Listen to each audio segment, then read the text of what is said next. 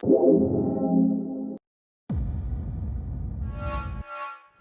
what's up guys, Sports Card Gamble here. So I wanted to do a video on some of the reasons why I sold my Luka Doncic PSA 10 Prizm rookie card. This was sold this month, and you know, it was a tough sell. Obviously, I do collect Luka, and it's obviously kind of like his iconic card that everybody wants.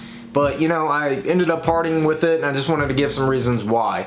So two things out the way is obviously the big reason is profit. I mean, taking a lot of profit on the card, so that helps, and that's obviously going to be the main reason. The other one would be I also own some other kind of more rare Luka Doncic rookie cards, so that definitely helps out in having those as well. It wasn't just like my only one, so just want to get that out the way as well.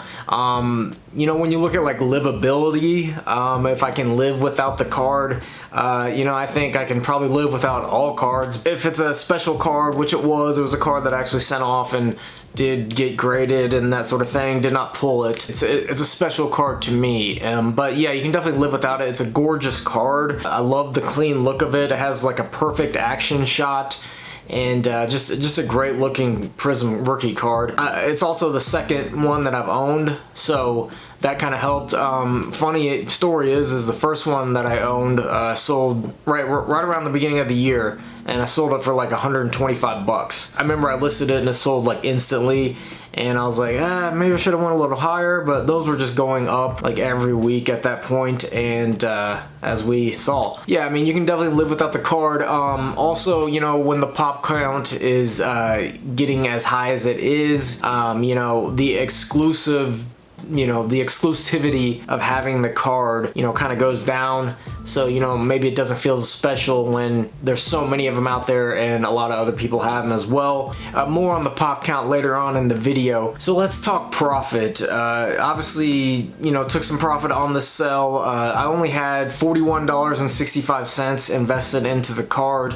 That included all the grading fees and everything. Not much into the card. I sold the card for $1,749, so pretty high sell, pretty high profit. Obviously, you can't really lose either way. I mean, it's pretty much a win-win situation no matter what happens to the card in the future. When we had this crazy peak that just happened in the sports card market, just a huge boom, the card was about, you know, a little over 2K, so a little over $2,000, so not, you know, too far off from where I sold. And, you know, we had a dip after that, so I mean, you never know. Was that the peak for a long time? You don't know. I mean, I actually think that the card definitely can go up from 2K, you know, somewhat, a little bit, not like a crazy amount, but, you know, maybe up to 2,500, you know, if he's playing well throughout the season, that sort of thing. But we'll see, you know, you just never know. So I think definitely in the short term it can go up. You just don't know about in the long run if it, you know, maybe it might go up, but will it ever get back to that? If it gets back down again, you just never know. Some of the questions that I thought about when, you know, selling the card is, you know, basically how high can it really go? I mean, it's already at, you know, we've seen it get to 2,000. How high can it really get to? I mean, are we talking like, hey, $15,000 or something? I mean, it's got to be like a LeBron James type of career to get that done. So we'll see. And then, you know, how popular can Luka get? He's already pretty much maybe the most popular player, but right there with LeBron. So, I mean, if you're already the most popular player in the NBA, you know, how much can popularity help you out to go with your card getting higher? And obviously, you know, the boom helped some of the skyrocketing, right? I mean, you know, I think also, though, I think Luka, at least for the basketball market, you know, Luka helped the boom. So I think it goes vice versa. His popularity helped the card market, you know, see that boom that we had here in 2020. Another question I ask is, will the sports card market, you know, hit a big valley? I mean, we experienced a big peak, you know, is a big valley coming, and is that going to make all prices go down?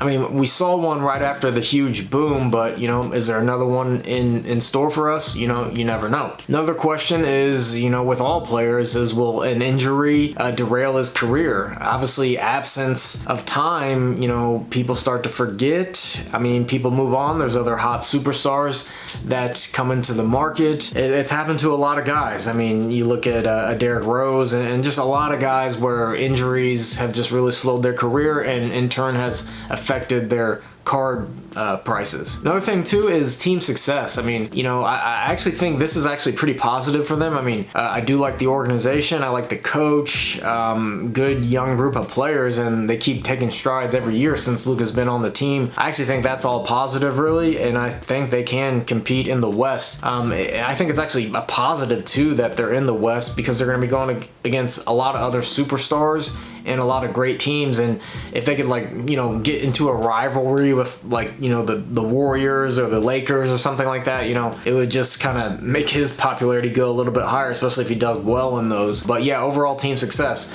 On the other end of that, it's going to be tough to come out of the West with LeBron there. You know, I mean, they've gotten better in the offseason, so who knows what's going to happen if anybody can kind of derail them. But they're looking like they're definitely the favorites for next season, definitely in the Western Conference. Also, kind of an off-the-wall one is, you know, Luka is, you know, a foreign player, you'd say, right? So what if he decides, just saying, if he wanted to go back to Europe and play or something like that, or had to go back there for some reason, or, you know, just wanted to go win a championship over there. I don't know, you know, who knows? We've seen it happen in the past, so don't really see that happening.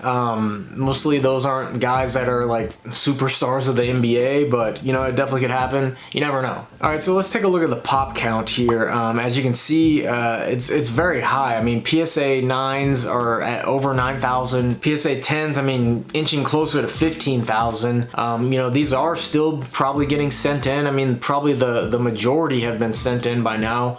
But they are still being sent in, and obviously that's just PSA. I mean, that does not include all the BGS copies or any of the other grading companies, and then all the raw copies, and then all the unopened wax. That's, you know, still some in there too. So still definitely a lot of copies out there, and, you know, with PSA 10, it's a high gem rate, so it just kind of makes it not as special, I'd say, having a PSA 10 when there's so many other copies out there. Panini really ramped up their production in 2018 with the Prizm brand. Just a lot of those cards out there, and with the high gem rate, a lot of PSA 10s. Some people say, hey, well, you know, he's so popular, there's 20,000 people that want a PSA 10 Luka card. And yes, that's true, but in my opinion, that's like such an empty statement, because that's one thing. Yeah, you can survey and say, hey, yes or no, do you want a Luka Doncic PSA 10 rookie card? Yes. You can probably get 1 million people to say yes. Now, the other end is, if it's cost $2,000, how many people are gonna say yes when, hey, would you pay $2,000 for that? I mean, it's gonna go way down, a lot down. I mean, a lot of people can't afford that, but I mean, a lot of people would have to save up or make plans for that, sell some other things, that sort of thing. So I mean, you really have to be dedicated. And do we have 20,000 people that are willing to do that in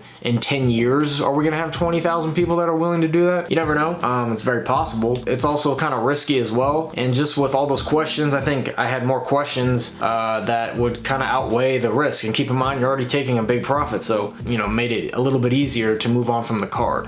But anyways, guys, only time will tell. We'll see what happens. I mean, I'm cool with the sale either way, so it's not gonna really affect me, but I'll definitely be watching and seeing what these cards do. I definitely hope they keep rising, but I would just rather have some money into a little bit more rare cards. But it's funny because you can see some cards from other sets that are maybe serial numbered or a little bit more rare than obviously this Prizm rookie card, and they go for lower than that. I mean, I get it, Prizm is obviously very popular, but it's just crazy. So I mean, rareness isn't always the #1 thing. So but thanks for watching, guys. Let me know what you would do if you had one, or if you have one, or if you have a ton of them. I know probably some of you got a bunch of these just stored away. I know some of you already made a bunch of money on the stuff, so, you know, leave a comment with your story in the comments, and don't forget about the subscriber giveaway, and I'll see you in the next video.